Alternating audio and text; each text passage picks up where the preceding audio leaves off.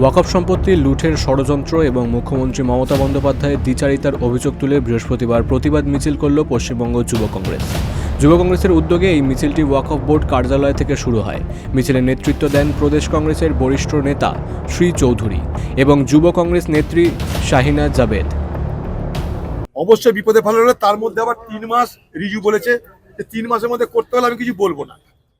তার মানে আগামী দিনে এই সম্পত্তিগুলো সরকারের কাছে আদেশ হবে, তোমরা তোমাদের মতো করে পাবলিক মানে সরকারি সম্পত্তিতে রূপান্তরিত করো।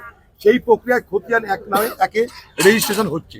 খতিয়ান 1 রেজিস্ট্রেশন মানে সমাজের সম্পত্তি সরকারি সম্পত্তিতে রূপান্তরিত হয়ে যাবে। এটা কেন হবে?